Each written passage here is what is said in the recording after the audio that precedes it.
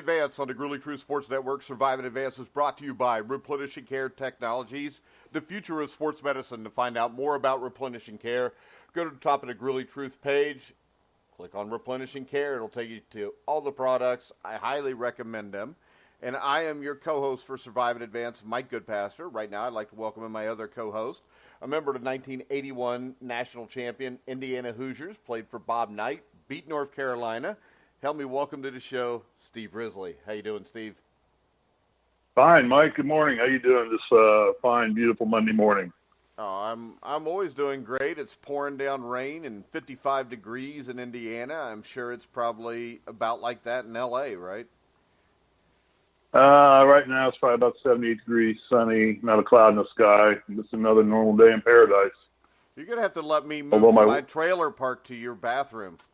I mean, your bathroom's probably bigger than my trailer anyway.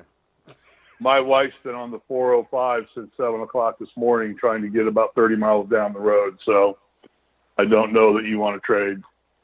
All right, and I want to welcome in a new guest to the show from the FF Face-Off, which is a fantasy football show you can hear on thegruelingtruth.net. Help me welcome to the show, Anthony Cervino. How you doing, Anthony? I'm doing a hell of a lot better than the Dallas Cowboys right now. Well, I mean, they scored a touchdown yesterday, so that's good. And, of course, this is Overreaction Monday. If you had the Minnesota Vikings and the Jacksonville Jaguars in the Super Bowl, Sunday threw a soaking wet blanket over that. The thing that stands out to me here, Steve, is this.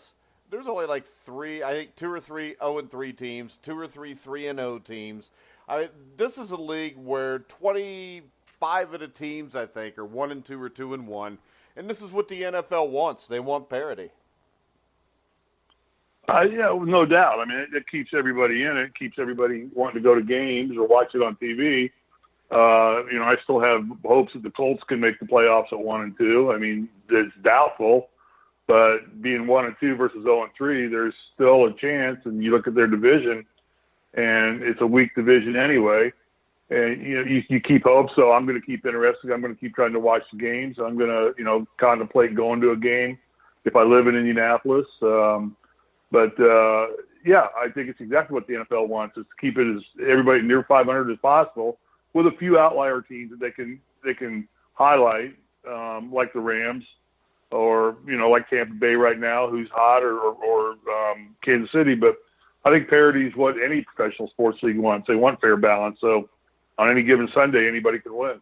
Yeah, and it's what you want, Anthony, because right now, if you're a Cowboys fan, you may be 1-2, but you're only a game out of first.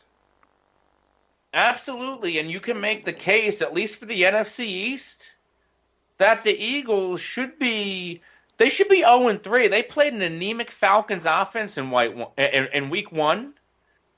It wasn't the same Falcons offense that we've seen in the past 2 weeks that would have beaten the Eagles and the Colts.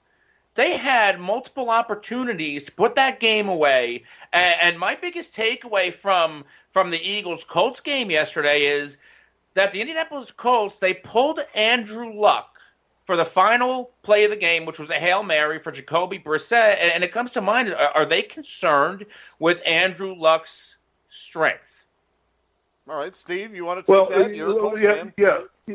Yeah, let me address that. First off, I think that was a really smart move on their part. First off, they haven't tested his arm probably to that extent. They're not going to test his arm to that extent.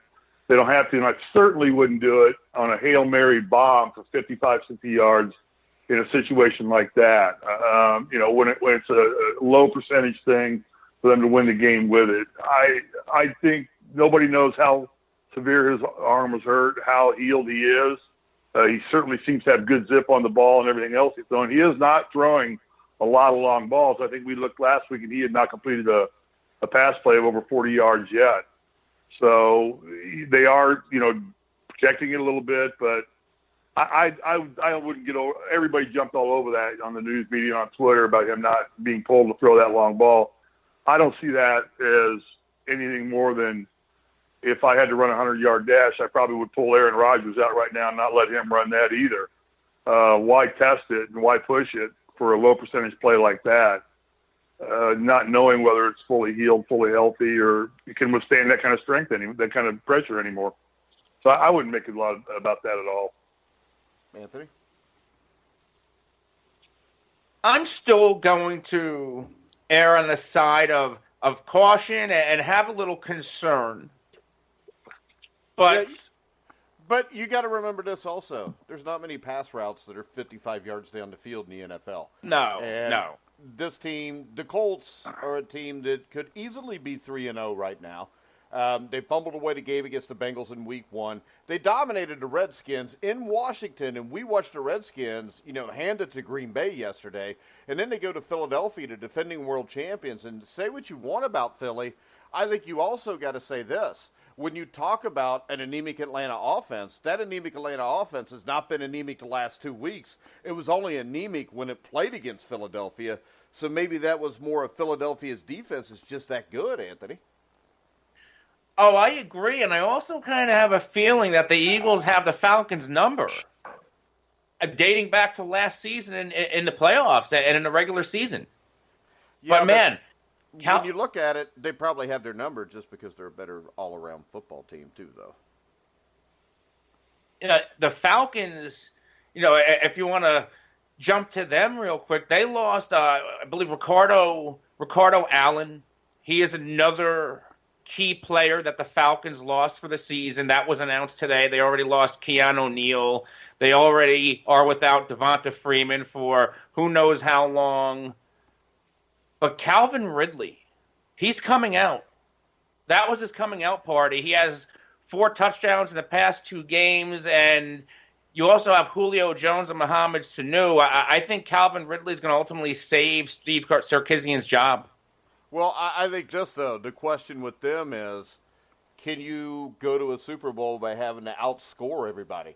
And right now, that's what it looks like it's going to be. And they came up short against the Saints yesterday.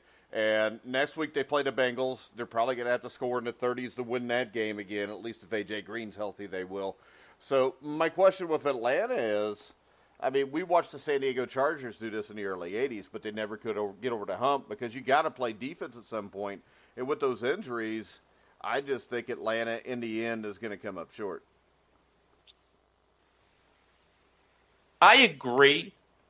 And a lot of it is because of the NFC is powerful. There is so many teams that you can make the case can make the playoffs. Yeah, well, right now, as we just talked about, Steve, you can make the case for almost everybody to make the playoffs that's not 0-3, and you never know there. Yeah, I think so. It's still too early in the year to set patterns as to where teams are going. But if you're 0-3, you're probably better 50% chance not going to make it. I think historically that's the way it's always been. But almost every division, you've only got a couple divisions. The NFC South, NFC West, where you got undefeated teams there, and everybody else is all within a game of each other. New Orleans, Carolina. And New Orleans, Carolina, and Atlanta, all 3 are good football teams. Those are teams, those are all that are very capable of being in the playoffs. So you could put any one of those 3 teams in, and they'd be a threat to win a game in the playoffs at least. So you're looking at a really strong NFC South. Tampa Bay, who knows what's going to happen with them. I guess Winston's back eligible this week. Did I read that? Is he back eligible now? After this game, I think he is. But if Ryan Fitzpatrick is Pittsburgh tonight, Ryan Fitzpatrick's going to be the starting quarterback, I would have to believe. Yeah, but then you're also going to get the controversy that's going to come back in, and the locker room cancer that possibly could start over who their quarterback is and whatnot. So whether Tampa Bay can sustain.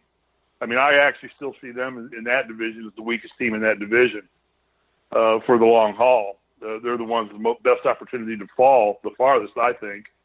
Because I think the other 3 teams are all solid playoff-proven teams that can get the job done throughout the course of the whole season. But, yeah, across the board, there's just straight parity. You go to the NFC North, same thing. Everybody's within a game of each other. So it's real bunched up, and it's just the teams. Right now, Anthony, I think as much as anything, it's the team to stay healthy. If you can stay healthy, I think you're going to be in better shape than if you start losing players to injury and taking key players off your team. All right, and that brings us to Clay Matthews says the NFL's going soft. For the second straight week, he was flagged on a questionable roughing the passer call. When I look at this, I already know Steve's opinion because we talked about it last week. So I'm going to go to Anthony first. Is this an overreaction? Because my two questions are this. Number one, they don't practice as hard as they used to. And, yeah, I know the NFL is trying to protect players. But when we see as many injuries as we do in the first 3 or 4 weeks of this season, I'm starting to think that the protection of the players in the long run is leading to more injuries, Anthony. I think I agree with that take there, because if you're not hitting as much in practice and in the offseason, and I can see both sides of it, it's going to affect how the players play on the field. Or if you have a safety charging and running at a 4.5, 4.7 speed, and then, am I going to get fined with this hit? And then he pulls back a little bit, then that's going to cause an injury one way or another. Because now you have players playing scared of getting the fine or the flag. Yeah, and Steve, when we look at this, we talked last week, you brought it up, which was a great point, of how the NFL's like the WWE now, and they're kind of doing this to get more scoring because quarterbacks, the points, have gone over the top the last 3 weeks, especially for the start of the season when usually defenses are ahead of offenses. What's your take on this? Well, a couple things. One, in reference to what we talked about last week, and I'll repeat it for the sake of new listeners, or even Anthony's. To me, this likens a little bit to baseball back in the 80s when the game started declining, the attendance was dropping, and they went through the juice baseball, and they went to the cork bats because they wanted to put more home runs. They wanted to see more of the exciting plays. I almost feel a lot of what the NFL is doing with these quarterbacks right now, as we said. And this is the NFL Today show on the NFL Network came out and said that statistically every category for the quarterbacks this year in terms of completions, passer ratings, average yards per pass, sacks are down. Every statistical category is way up for the quarterbacks, which leads to higher scoring games, which leads to more mobility, more ability for the quarterbacks to pick apart a defense. So it's almost like they're instituting a shot clock in college basketball just to pick the pace of the game up and to speed the game up and to make the game more offensive. The more they protect the quarterbacks, the more the quarterbacks are at will to do whatever they want to do.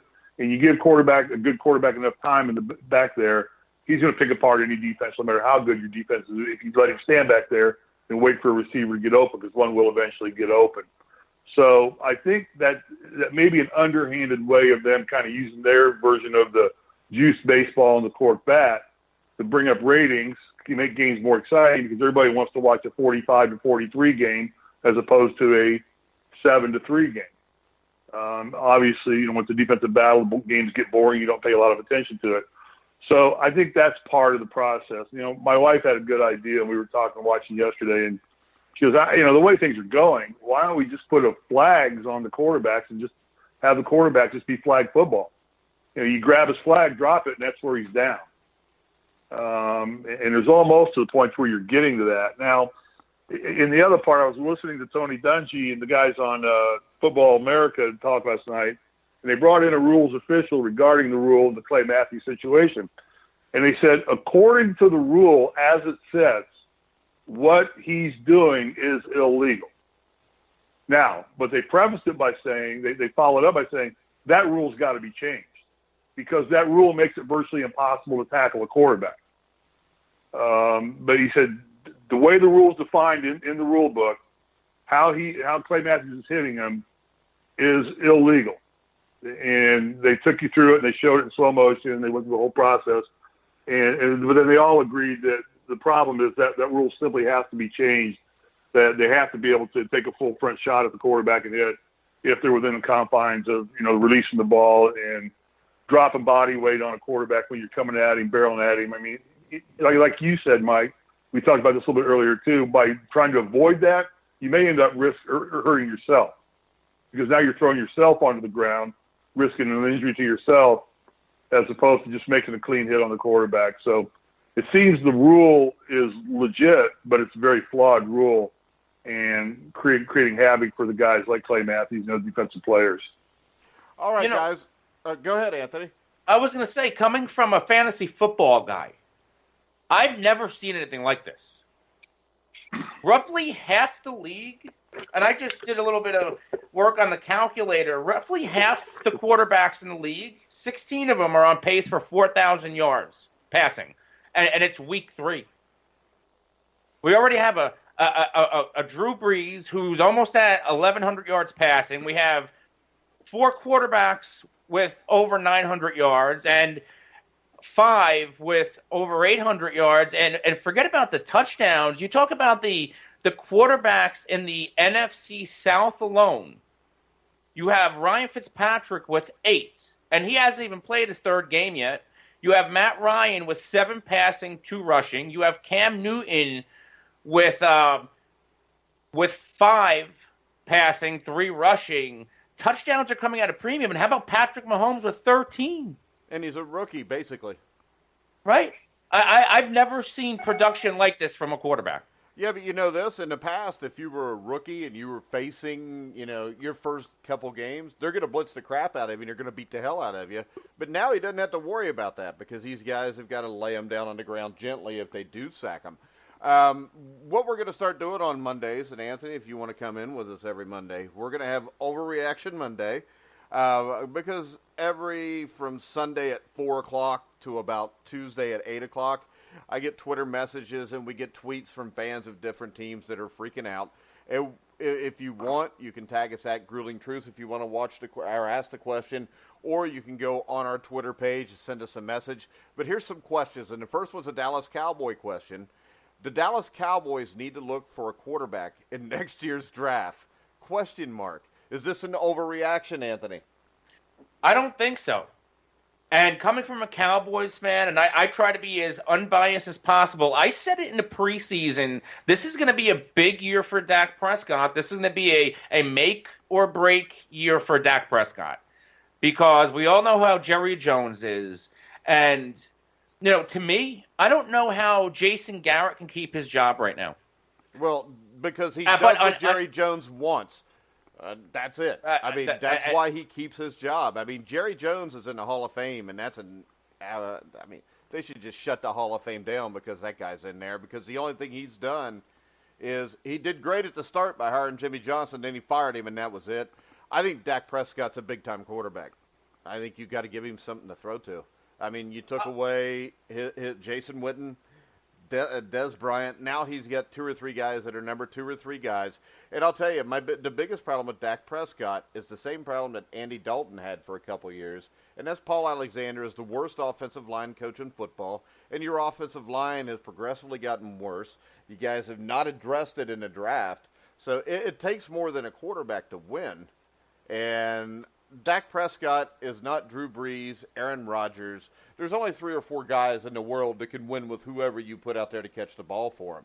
Dak Prescott proved 2 years ago with the season he had that he can do it if you put the players around him. But absolutely. I think since then, you've lost your number 1 guy, you've lost your tight end, you've lost your offensive line coach, you've lost a couple of those offensive linemen. I think it's crazy to say that you need a quarterback. Interesting stat on Dak Prescott. His past 5 games, 181, 179, 170, 160, 168 yards. That was his past 5 yardage totals, and only 4 quarterbacks have ever had longer streaks of games with at least 25 attempts and fewer than 200 yards passing. And this is a tweet that I found from Reuben Frank on Twitter. Yeah, and that's because you have no receiver that can get deep, and you don't have the time to throw the ball deep. You got to swallow the ego if you're Jerry Jones and bring back Des Bryant. I don't think Des Bryant really helps that much. If Des Bryant was that good, Steve, I would. But is he better than what they have? I don't know, but the thing is this: in the end, he had an entire offseason to find something better than what they had. They could have drafted something better. Who did they draft this year in the first round? Leighton Vander Esch, which I absolutely love. Yeah, the linebacker. But your problem is you got to get a wide receiver. You can get a wide receiver to 2nd or 3rd round. Did they draft anybody in the first Michael Gallup in the 3rd round. Yeah. And that is a guy that's always going to be a number 2 or 3 guy, though, right? Yeah, as per the rest of their wide receiver depth chart right now. Yeah, that's my point, though. All right, Steve, we're going to go right here to you with this question. Is Drew Brees better than Tom Brady and Aaron Rodgers? Well, at what? Playing quarterback. I mean, playing quarterback, no. But maybe passing the football, he might be better in terms of being just a pure passing quarterback. He might have, better mechanics, better vision of the field and hitting receivers, throwing the long ball better. I mean, in certain aspects he's better, but in terms of being an NFL quarterback, I think both Brady and Rodgers have, won Super Bowls. They've Brees. Some multiple. Yeah, so's Brees. I get it, but Brady especially multiple Super Bowls, and I think that as Green Bay goes, as Aaron Rodgers goes, so goes Green Bay, more so than as Drew Brees goes, so goes New Orleans. I think New Orleans is better support. So in terms of if I was building a team, picking a quarterback to build a team to win a Super Bowl, Brees wouldn't be my first choice. He'd be up there, but he wouldn't be my first choice, especially over Brady or Aaron Rodgers. But if I was just looking for a great statistical quarterback, one that I know is going to put a lot of numbers on the board, create a lot of opportunity for me, then certainly Drew Brees is as good as it gets. I would take Drew Brees over Aaron Rodgers. Am I nuts, Anthony? I think so, and I'm also very biased. I love Aaron Rodgers. I love the way he plays quarterback, and if you want to take championships out of it, to me, Aaron Rodgers is the best quarterback that I've ever seen play football. Okay, so you can't take out failing in the playoffs constantly, though. But then again, he is in a place with no head coach.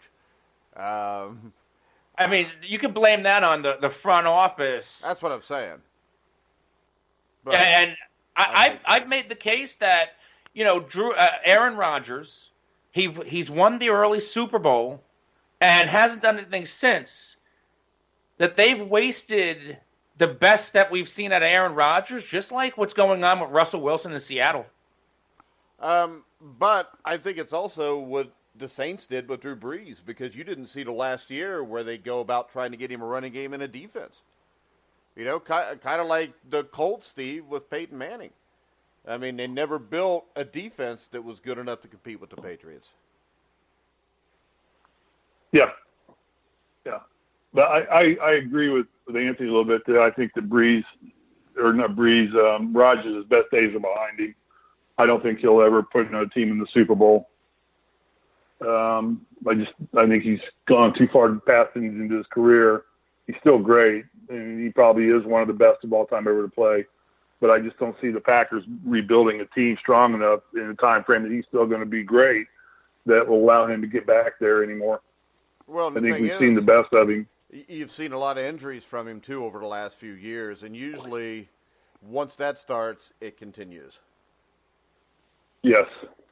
But I like Drew Brees better than any of them. And the thing that stands out to me in this is the way the NFL rules are now. Tom Brady and Drew Brees might be able to play until they're 50. I mean, it's just... Was it just me, or Brady looked lethargic yesterday? I was thinking about that. There was he just looked did like you he see the didn't look? care to be out there. There was no fire. There was no fire. Yeah, the first time I'd seen him, I thought, boy, I think he's gotten, this may be his last year. I kind of think he's just had wondering if this is fun anymore. I kind of just got the impression. After that, the fourth down play in the fourth quarter that kind of clinched the game for the Detroit Lions, they kind of cued the camera onto Tom Brady, and he was on his knees, and the look on his face is one that I've never seen before. He looked I'm the defeated. same way. I've never seen Tom Brady look defeated until last night. All right, so this is the next Twitter question. Real quick, I'll go to you first, Steve, because you can kind of play this into it, because it's a Patriots question. Are the Patriots in danger of missing the playoffs, Steve? No, I don't think they're in danger of missing the playoffs. I think as long as you have Bill Belichick and you still have a fairly weak conference or division over there that's not going to be very strong. I think they'll get into the playoffs. The question is will they be a factor that they've been every other year? Will they be the team to beat in the playoffs? Will they even get home field advantage throughout? That's the question. But I think as long as Belichick is there, I still think Brady will rise to the occasion enough times, and I still think that division is weak enough that they'll get to the playoffs without much trouble because they play each of those teams twice. So there's going to be, 6-8 wins should get right there alone. And they are still a great football team as long as you got the caliber, as long as you got Belichick. So they'll make the playoffs. I don't know that they're going to be a real contender for hitting another Super Bowl this year, but you never know. That's a team that always finds a way. They're notorious for looking mediocre, and all of a sudden they mediocrely beat you somehow. Yeah, but so eventually, never count them out. Eventually, though, he is going to get old. Father Time beats everybody, in any Well, I sport. think he's getting. He looked it last night. He Yeah. just looked old. He just looked like he was a 40-year-old quarterback last night, And see, which we're just unaccustomed to seeing him do. I think this, Anthony, I think they are in danger of not making the playoffs. They've got to play a hot Dolphins team next week that I don't think that's good, or is that good, but they just lost to the freaking Lions. Then they host Kansas City. They go to Chicago. They go to Tennessee. They host Green Bay. Vikings at home. They go to Pittsburgh. They go to Miami. I think they are in danger of missing the playoffs, Anthony. We've seen this start from the Patriots in the past few seasons where we This think feels different. It does, and that's where I'm going with this. At the snap of a finger, and you can go back to Peyton Manning's last season, he went from throwing 40, 50 touchdown passes with the Denver Broncos to looking like a 40-year-old quarterback. And this is what could be happening with Tom Brady. If you remember back to Tom Brady and Bill Belichick, their early Super Bowl years, they were very much a defensive dominant team, a strong running game, and mediocre receivers. I mean, Tom Brady got Deion Branch paid, for Christ's sake. And now he can't get it done anymore. The defense isn't the same. The receivers are mediocre. Now, they are trying the Josh Gordon project out. He was inactive last night. I'm sure he'll be on the field next week. They're going to get Julian Edelman back. But, one of the key losses for the Patriots this offseason was Nate Solder, who protected Tom Brady for all these years.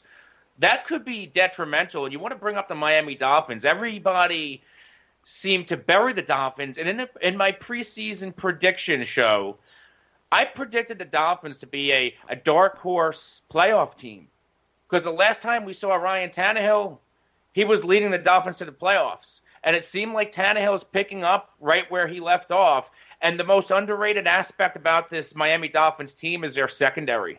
I think their secondary could be challenging the Jaguars for the best in the league.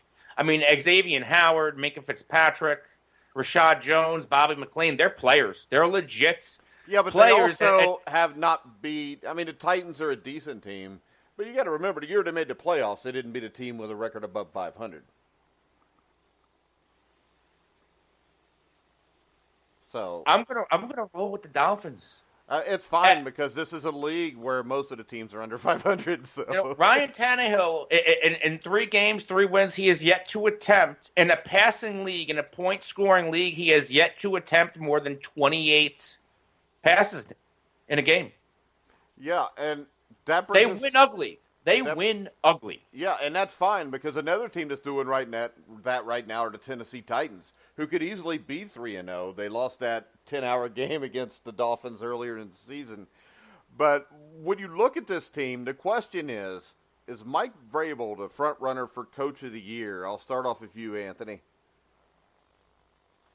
Is he the front runner for Coach of the Year? I need to see a little bit more of the Tennessee Titans. I know they edged out the Jaguars yesterday. But, I mean, who's their quarterback? Is it going to be Blaine Gabbert? Are you really going to trust him? I think. Is it going to be is Mariota? I mean, right now, to me, it looks like Mariota and Winston, that draft class for quarterbacks doesn't look too good. I don't So think I have a lot of questions. Mariota did get him to the playoffs and did win a playoff game, though. So did RG3 back years ago. Yeah, but RG3 was a damn good quarterback that was ruined by Mike Shanahan, who's a complete moron. I mean, the guy is lame, and you put him in a playoff game anyways. Mike Shanahan ruined RG3. When you look at RG3 when he was in college, he's the 10th-ranked passer in NCAA history for a reason. He wasn't a run-first guy until he got to Washington, and Mike Shanahan turned him into that. And my take with this Titans team is this. They're playing right now without both starting offensive tackles. They lost tight end Delaney Walker in the first week of the season.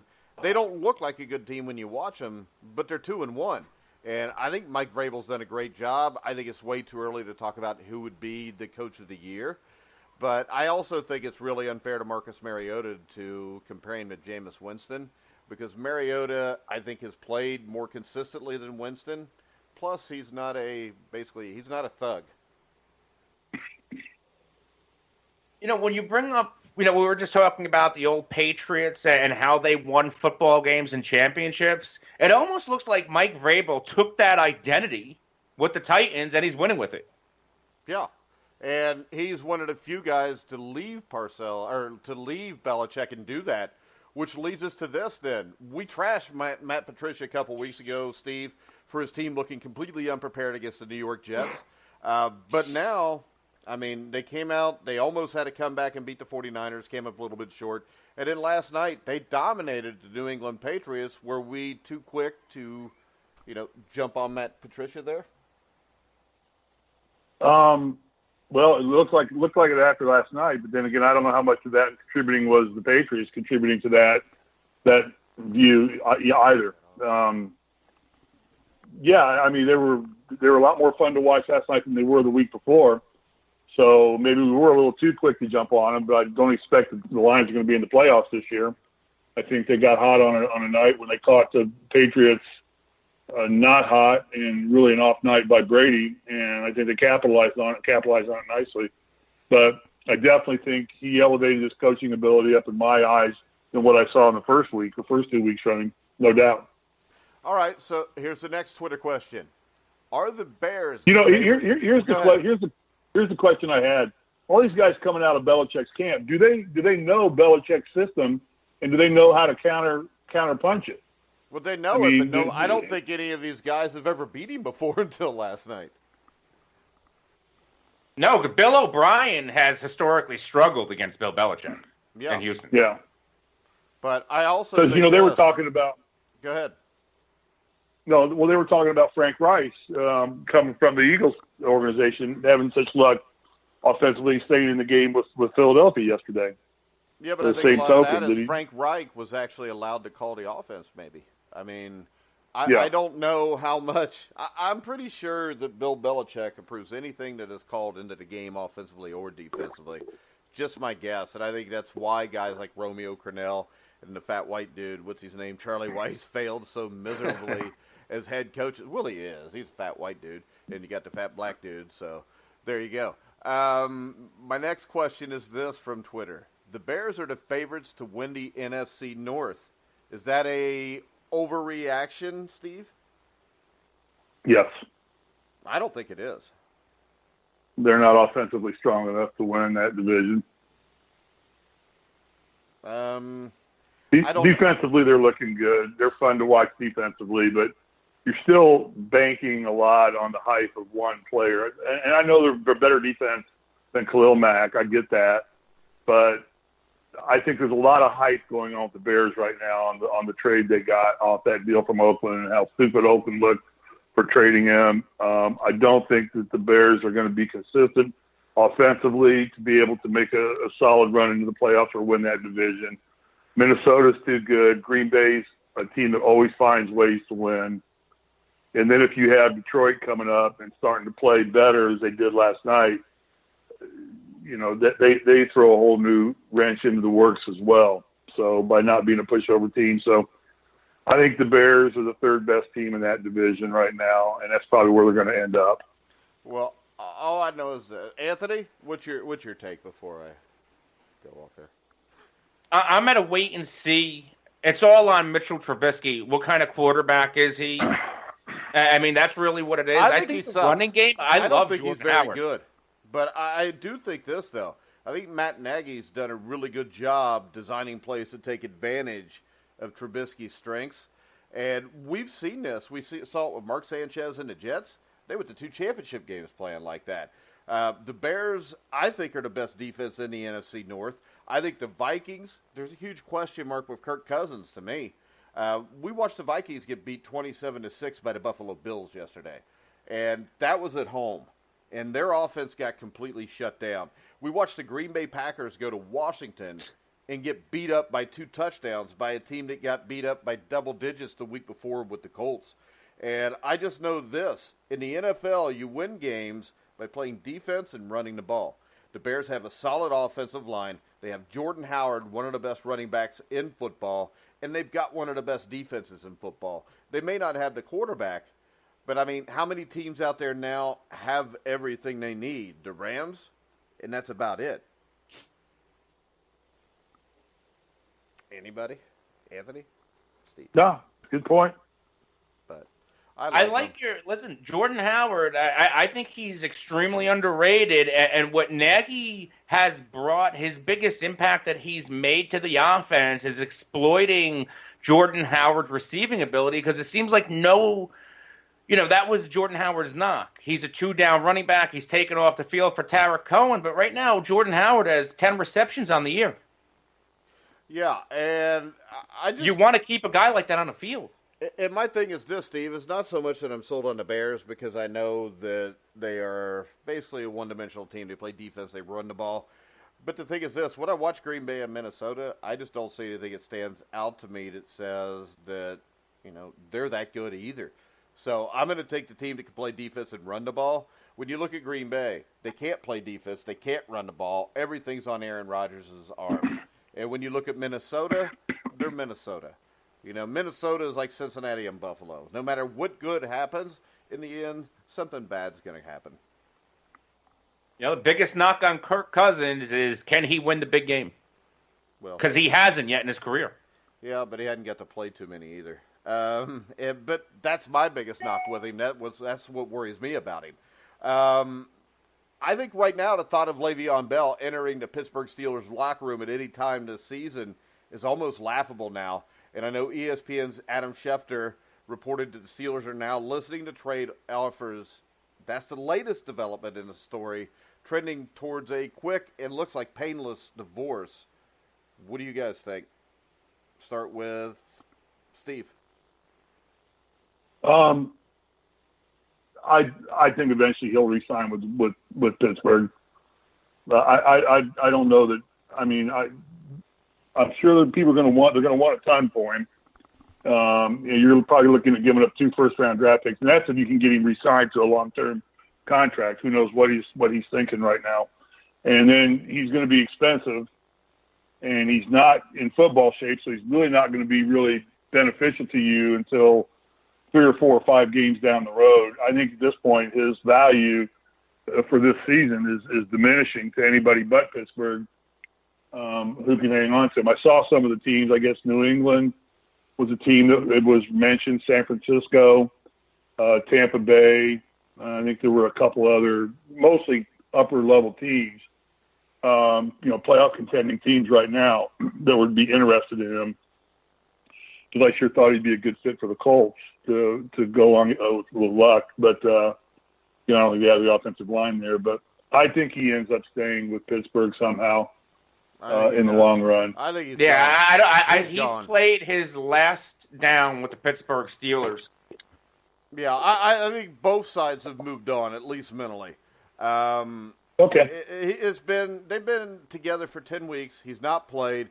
Everybody, all the pictures of Bell is he's on jet skis and he's hosting album release parties in South Florida, similar to the album release rap parties that Steve Risley hosted. He's home in L.A. And, Steve, you're nowhere near ready to play football, right? No. And, see, I have 8-track release parties here at my trailer park. So, because Jim Bob's still got an 8-track player. When we look at this game tonight, this Pittsburgh Steelers team, I know that James Conner played well in Week 1, didn't play so well in Week 2. This Pittsburgh Steelers team, I think almost has to win this game tonight, Anthony. I agree. This is a must-win, and the fact that Ryan Fitzpatrick has never beaten the Steelers as a starter, that's going to go in Pittsburgh's favor. But, I think the Pittsburgh Steelers, they're not making the playoffs this year. I think Mike Tomlin, I am on the side where he's lost the locker room. He's lost control. I don't think he ever had control. I think he's a bad coach. Listen, they blew out Dick LeBeau. They blew out Todd Haley. There's nowhere else to go. You're it now, Mike Tomlin. You either get the job done or you don't. Now you're going to lose, arguably one of the best running backs in the NFL. Your starting wide receiver, I don't care what anybody says, doesn't want to play there. Yeah, because there's way too much pointing to the fact that he's not happy there right now.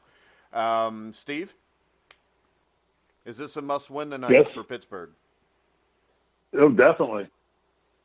I think just for morale and everything, I agree with Anthony in the sense that the locker room just goes, they're toast if they don't. I mean, they can come back, I'm sure, but I just don't see the spark of the fire in their eye. And you got to start thinking now, is Tomlinson then your first coaching victim of this season? I don't think because it will if they lose tonight, they're like the Rooney's are too loyal. They're like Cincinnati. Once you're there, it takes 3 to 4 atrocious years to get rid of you. What happens if Le'Veon Bell is traded and either one, James Conner comes back down to earth, or two, he gets hurt? What are you left with? Stephen Ridley, Jalen Samuels, they're your two other running backs on the depth chart. Then what? I mean, I think they're in trouble. They're in a lot of trouble. And let's face it, right now with Bell, when's the quickest he could be ready, Anthony? I mean, I don't think he's anywhere near in shape to come run the ball 20 times in an NFL football game. Well, if I'm not mistaken, I think week 10 is when he absolutely has to report for the season to count so he can be a free agent. And if Le'Veon Bell's going to be traded, number one, they have to work him out, make sure he's in shape. And they also have to work out a long-term deal because if you're the receiving team, there's no way you're going to give up whatever you have to give up to get Le'Veon Bell and risk him not re-signing. And see, they're your two obstacles. This is the thing for the Steelers. This is a must-win because if you look at their schedule, next week they play the Ravens, which is at home, but we know you never know what's going to happen there. Then they host Atlanta. Then they go to Cincinnati. They host Cleveland. They go to Baltimore. They host the Panthers. They go to Jacksonville. They go to Denver. They host the Chargers. I mean, they don't get an easy game till December the 9th when they play the Raiders. Then they host the Patriots. They go to the Saints, and they host the Bengals. That's a hell of a schedule. So even if they win this game, David could be cooked, which I really hate to see as a Bengal fan because I admire the Pittsburgh Steelers. I'm kidding, by the way. My next question is this. Jimmy Garoppolo looks like could be out for the rest of the season. Where do the 49ers go from here, Anthony? The first thought is, do you go and try to make a move for a Teddy Bridgewater? Do you even want to go down the Jay Cutler road? What about Nick Foles? Do you want to go to the Nick Foles role? I mean, does he fit into that offense? Or do you stick with C.J. Beathard, who already knows the system? Yeah, but he sucks. This could be a lost cause season for the 49ers.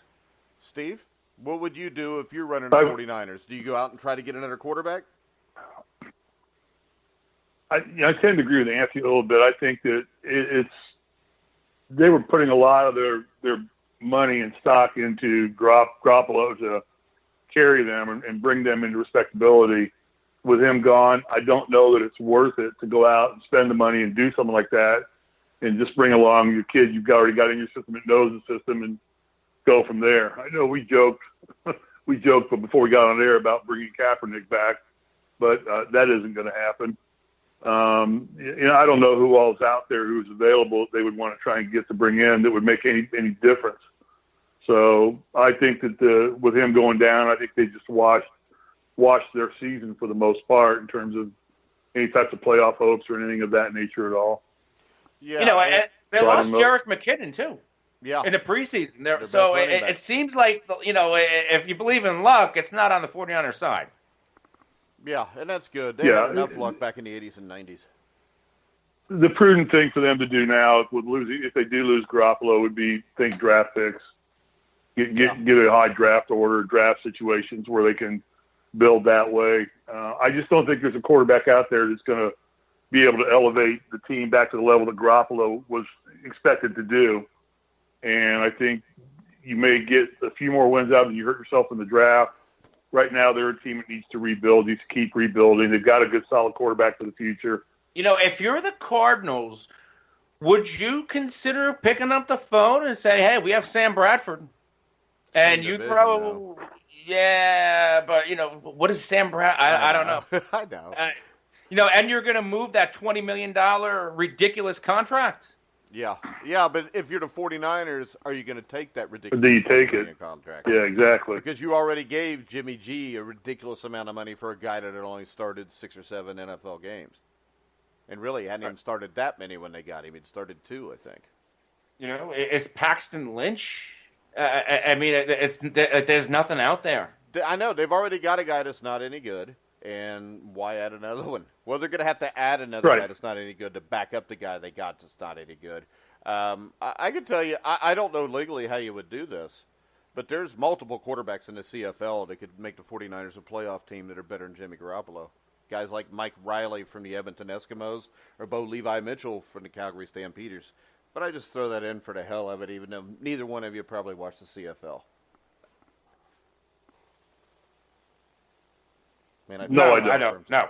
Well, you should, because it's better football anyways, because you're actually allowed to hit the quarterback. I think the one thing that's not a overreaction is the fact that right now, through 3 weeks, the Los Angeles Rams are the best team in football, Steve. Yeah, well, they're playing like it. The big thing they've got to do is just stay healthy. Yeah, and the thing about them is Jared Goff was 29 for 36, 354 yards, 3 touchdowns. Todd Gurley runs for 105. They've got 4 receivers over 50 yards, including Robert Woods at 104. And defensively, they're as good as anybody in the NFL. And right now, I don't see too many teams that could match up with them, Steve. Not looking like it. They're cruising. Like I said, it's just a question of them staying healthy and not getting hurt. But I think they've got both sides of the ball covered strong.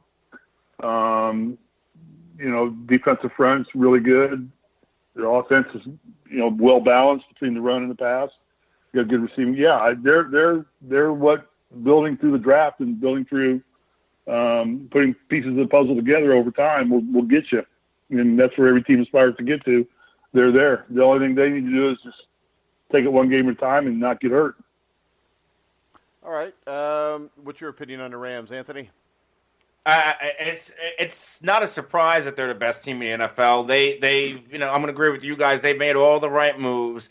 They brought in the right players in the draft, the right players in free agency, and they signed a bunch of, Pro Bowl caliber players in free agency, pretty much just short deals to win in 2018. And barring injury, I don't know who's going to stop them. I picked a Rams-Jaguars Super Bowl. Yeah, I think your Jaguars Super Bowl may be a little off, though. I just don't see the quarterback they got, like Bortles, getting them to the Super Bowl. Right, but Leonard Fournette can. That team is completely different with a Leonard Fournette on the field. Can't, because Leonard Fournette, even throughout his college career, never could play a complete season because of injuries, and it's happening again right now. No, you're absolutely right, and that's going to be their biggest obstacle. When you can't put up more than 3, they lost 6-3 to the Titans yesterday? 9-6. There you go. That defense, you have to be able to score the football. At least give them a touchdown. Even the Ravens of 2000, Trent Dilfer was able to put up 7-10 points. And that was enough with that defense. You need to be able to at least do that if you're the Jacksonville Jaguars offense. Hey, we have a quick question from Cameron in Miami, and this is on the Spreaker site, and that is this. Oh, I just lost it. Where'd the question go? All right. Are the Patriots doomed if Josh Gordon doesn't fit in? Anthony? I think Josh Gordon is a project. I think they're taking a shot and trying to buy time until Julian Edelman returns. All right, Steve? I would agree. With Anthony? I would think of it with Anthony. Yeah, if there's any coach in the league that can handle Josh Gordon, it's going to be Belichick. Yeah, but the thing we got to remember, I don't think he's as high. Remember all the rumors last year, though, when the Jimmy G trade went and how Bill Belichick didn't want to trade him, how there was dissension, and everybody kind of wrote it off because they went to the Super Bowl. I think now, though, Steve, you got to start looking at this and start to wonder if there's any validity, especially when your first question is, does Tom Brady even want to be playing right now? Yeah, maybe Gordon's a spark that reignites Brady to some degree. He's got somebody to throw to. Somebody's got talent, got a deep threat. It's worth the risk for me for the Patriots to take him. I mean, I think so. See what they can do with him. I mean, he may just get happier just by not being in Cleveland and being in a more winning environment. That may change his attitude. I don't think it's going to change his off-field antics any, but it may make him more productive on the field and more committed to staying more productive on the field. I don't know. I mean, all right. Don't really have an answer for you on that one. In a dream scenario, piggybacking off this question, what about the San Francisco 49ers trading for a Tom Brady? He's from the Bay Area. Yeah, but then who do the Patriots have? Right. Do you swap Garoppolo and Brady? And I'm talking about dream scenario here. Long shot. I mean, why not? Because I don't think Robert Kraft would ever let Tom Brady get away from his loving arms. Yeah, I just think that's the way it is. Because if that was going to be something they would have done, they'd have got Tom Brady out of there last year, and Jimmy Garoppolo would have been the starting quarterback, which I still think is what should have been done.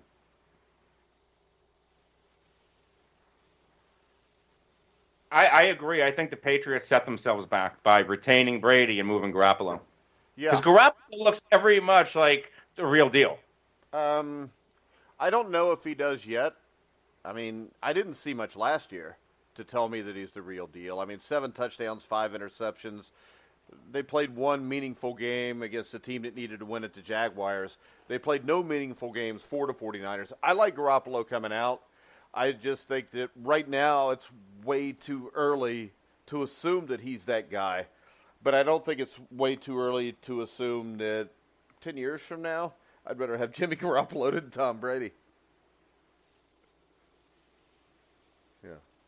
Says he's like 60 years old. Anybody want to discuss anything else they saw yesterday? No, I think we covered it. Not so much yesterday, but a little bit of a breaking news that's not a surprise. Adam Schefter is tweeting that the Browns have officially made the move to Baker Mayfield. Well, there you go. Tyrod Taylor. There's your quarterback for the 49ers. Yeah, that's what I was thinking when I saw it, because I just saw it on Twitter like 2 minutes ago. And Tyrod Taylor would be a good guy to go to San Francisco, Steve. Yeah, if Cleveland wants to part with him, but I don't know why Cleveland would want to part with him. I don't know. Is there a third quarterback in Cleveland, Anthony? I think they cut that kid. They had three. They had three on the Hard Knocks. They had four because they had that Brogan, whatever his name was, that they played up that last week. Drew Stanton. Yeah, Drew Stanton. Yeah, I think Drew Stanton could be better than Tyrod Taylor. I thought Drew Stanton played really well. So Drew Stanton's a guy that could go to 49ers too. And you wouldn't have to pay as much to get Drew Stanton. And Drew Stanton's better than C.J. Beathard. Well, there you go. There you go. We just solved all the problems in San Francisco. Hopefully somebody's listening. Steve, any final words? No, it's early in the year. Everybody's panicking a little bit, but it's only 3 games into it, and everybody's so bunched up so tight. teams that are hot right now may cool down. There's teams out there that are looking okay that could put 3 or 4 or 5 wins together, solidify themselves. I love the parity across the board because I think it just there's so many directions this thing can go right now. It's going to foster great conversation for the next 4, 5, or 6 weeks until we start getting into a pattern of teams that are losing more than they're winning or winning more than they're losing. But right now, with the exception of maybe 2 or 3 teams, everybody is still in the hunt for a playoff spot third week into it, and I mean bunched up by no more than a game away from each other. So I think you got your class teams, definitely led by the Rams. AFC, the AFC seems more wide open this year than ever before. You got to go Kansas with what City appears right now, but Kansas City can't stop anybody either, so they've got to outscore everybody also. Right, and how long are they going to keep being that productive offensively, and how soon is the magic going to wear off there? And they come back down to reality a little bit. Although they're a well-coached team, and they've always been a good offensive team. So I like the position of the NFL right now. I like where they're sitting. I like the fact that even my beloved Colts are 1 and 2, but they still look like they could possibly eke into a playoff spot. That's about the best they could do, but there's still hope. Third game into it, there's still we were writing the Colts off at the beginning of the year, and there's other teams like the Colts. Now all of a sudden you got the Bears in the fold now, not only just to make the playoffs, but possibly win that whole division. It's good. This is going to be a good start to the NFL, the way things are shaking out right now. Let's see if it just keeps going and keeps us up for a few weeks and makes it real fun to watch for the next 5 or 6 weeks before we start eliminating teams. All right, Anthony. Yeah, the 2 divisions that I'm really focused on watching and that interests me the most is the NFC South and the AFC South. I think they could be the 2 strongest and most up-in-the-air divisions because all 8 teams you can make a case for, especially if the Buccaneers somehow brought in Le'Veon Bell, then all of a sudden they are right in the league of the Saints, Panthers, and Falcons. And although I'm very, very big on the Jacksonville Jaguars, the Titans, the Colts, and the Texans, I know the Texans are 0-3, but that offense, and then you have J.J. Watt on the other side, I absolutely love the AFC and the NFC South.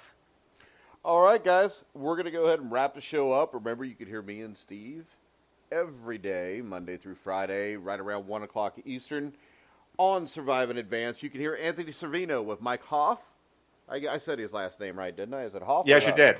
Mike Hoff, Dan Siegel on the Fantasy Football FF Face-Off. Great show. You can hear on thegruelingtruth.net. You can also find them on YouTube. You can hear me and Steve with Colin Cartman, our other guest host, or our other co-host on Indiana Basketball Weekly, Wednesday night at 8 o'clock Eastern Time, so make sure you check us out there. You can hear all of our podcasts on iTunes, iHeart, Spreaker, Stitcher, Spotify. Wherever you find sports podcasts, you'll find The Grueling Truth. So, for Anthony Cervino, Steve Risley, I'm Mike Goodpaster. You've been listening to The Grueling Truth, where the legends speak.